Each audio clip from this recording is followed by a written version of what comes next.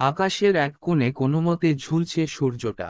মনে হচ্ছে এখনই টুপ করে পড়ে যাবে। ঘনিয়ে আসছে রাত। গুটি গুটি পায়ে হেঁটে হেঁটে ঘরে ফিরছে ছোট্ট আলম।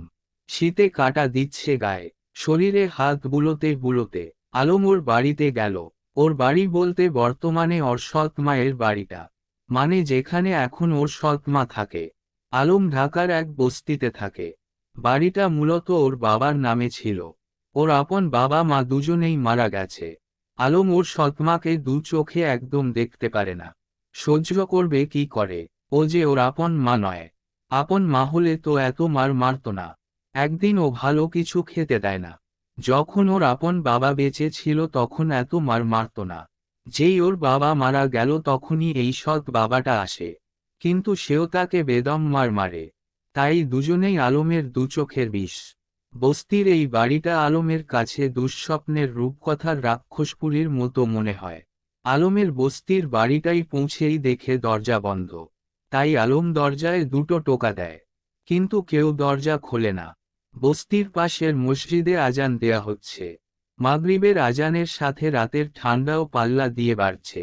আলম ডাক দেয়, ওই সৎ মা দরজা খোল। ঠান্ডায় খাইয়া ফালাইল। আলম আবার দরজায় টোকা দেয়। কিছুক্ষণ পর ওর সৎ ভাই রাকিব দরজা খোলে।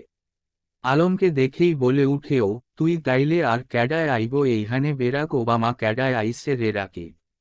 রান্নাঘর থেকে ভেসে আসে আলমের সৎ মা সাহানা বেগমের কণ্ঠস্বর। মা, আলম আইসে। আলম ঘরে ঢুকে ঘরের মেঝেতে বিছানো চটের উপর বসে পড়ে। পকেট থেকে মার্বেলগুলো বের করে খেলতে থাকে। রাতের বেলায় ওর সৎ বাবা মা ভাই মিলে খেতে বসে। আলম বসে আছে ঘরের এক কোণে। হঠাৎ বলে উঠে, আমারে খাইতে দিবা না? তরে যে কইছিলাম টাকা কামাইছস আজকা। বলে উঠে আলমের সৎ বাবা সোহেল উদ্দিন। টাকা আমি কেমনে কামামু? জিজ্ঞেস করল আলম। কেন, তরে না কইছি ভিক্ষা করবি? কথা কানে যায় নাই তর? ভিক্ষা করতে আমার ভালা ঠেকে না। আমি করুম না ভিক্ষা? ভিক্ষা তুই করবি, তর মরা বাপ করব। আব্বারে তুইল্লা কথা কইবা না কইয়া দিতাছি। আমি করুম না ভিক্ষা, তাহলে তর আর এখানে থাকা লাগব না। ভাগ এইখান থেইক্কা। আমি কেনে যামু? আর কোনে যামু? এইডা আমার আব্বার বাড়ি। আমি কেন এই বাড়ি ছাইরা যামু? সাহানা তোমারে না কইয়া দিছি টাকা না আনলে ওরে ঘরে ঢুকতে দিবা না। বাইর কইরা দে ওরে। আলমের সৎ মা সাহানা আলমকে মারতে মারতে বের করে দিল ঘর থেকে। আলম কান্না করতে করতে চলে এলো বস্তির সেই বাড়িটা থেকে। না এলে হয়তো আরো দুঘা পড়ত পিঠে। চারদিকে প্রচুর ঠান্ডা। গা বরফ হয়ে যাবার দশা। দুর্দশা যেমন আধার কালো করে আসে, তেমন দুর্দশাগ্রস্ত সাহানা কাছে বৈদ্যুতিক আলোয় প্রজ্বলিত শহরটাকে তেমনই কালো অন্ধকার মনে হলো। হেঁটে হেঁটে আলম বস্তি থেকে বেশ দূরেই চলে এলো। আলম এখন মহাসড়কের ফুটপাথে দাঁড়িয়ে আছে। শীতের রাতে আলমের চোখের পাতা প্রায় লেগে এল বলে। ঘুমের চোখে আলম ক্ষুধার কথা ভুলেই গেল। রাস্তায় কুড়িয়ে দুটো বস্তা পেল। আশপাশ থেকে একটা ইটও জোগাড় করল। ইটকে প্লাস্টিকের ব্যাগে মুড়িয়ে বানালো বালিশ। আর বাকি প্লাস্টিকের ব্যাগটাকে বিছিয়ে তার ভেতরে শুয়ে পড়ল। সকালবেলা আলমের ঘুম ভাঙে আকাশের ডাকে। আকাশ আলমের বন্ধু। আকাশের সাথে আলম মার্বেল গুটি দিয়ে টোন খেলে। আলমের মতো আকাশেরও মা বাবা নেই। আকাশ রাস্তা থেকে কাগজ কুড়িয়ে তা বিক্রি করে টাকা আয় করে। আকাশ আলমকে বলে, কি রে মামু, তুই এইখানে শুয়ে আছস? ব্যাপার কি? আকাশের ডাকে আলম আর মোড় ভেঙ্গে উঠল। পাশে আকাশকে দেখে তাড়াতাড়ি চোখ কচলে নিল। আকাশকে দেখে একটু মুচকি হেসে বলল, আরে আকাশ, কি খবর? তোর লগে কতদিন পর দেখা। মেলা দিন পর। তাছাড়া তুই এইখানে কি করস? আকাশের কথায় কোন উত্তর দেয় না আলম। চুপ করে থাকে। আকাশ আলমকে চুপ করে থাকতে দেখে আবার বলে, কি রে আলম, কিছু কস না ক্যা? তুই এইখানে ক্যা? তরে কি বাড়ি থিক্কা বাইর কইরা দিছে তোর মাউমা না সৎমা? তাও না, ওইডা আস্ত একখান ডাইনি। আমারে বাড়ি থিকা বাইর কইরা দিছে, তুই আয়া পড়লি। ওইডা না তোর নিজের বাড়ি? না হইলে কি করতাম? বাপ মা দুইজনেই তো গেছে গা।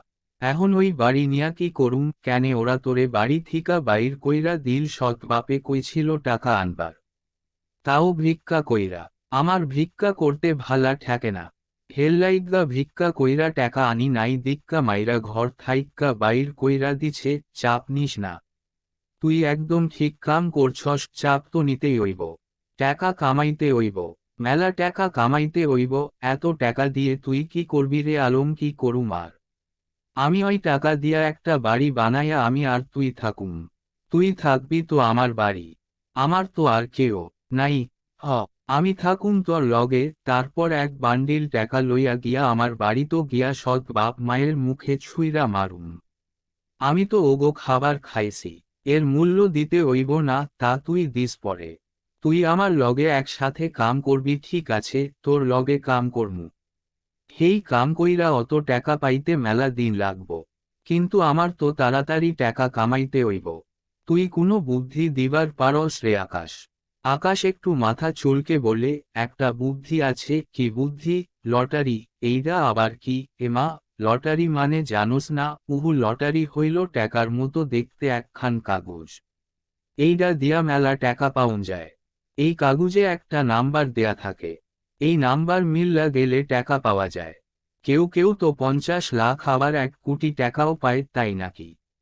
তাইলে লটারি হইব আমার রোজগারের রাস্তা। আকাশের কথা আলমের কাছে মেঘ না চাইতেন জলের মতো, বিনা পরিশ্রমে নিজের আশা পূরণের মতো মনে হলো।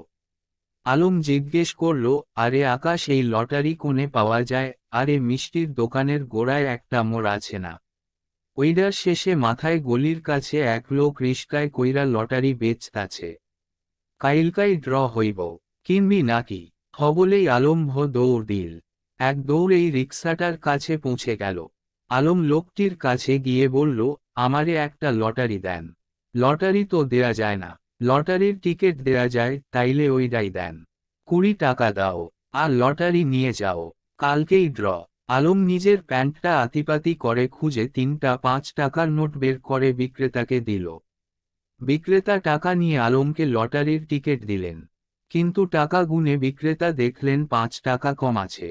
লোকটা আলমকে বললেন, একই ছোকরা, 5 টাকা কম দিয়েছ যে? আমার কাছে তো আর টাকা নাই।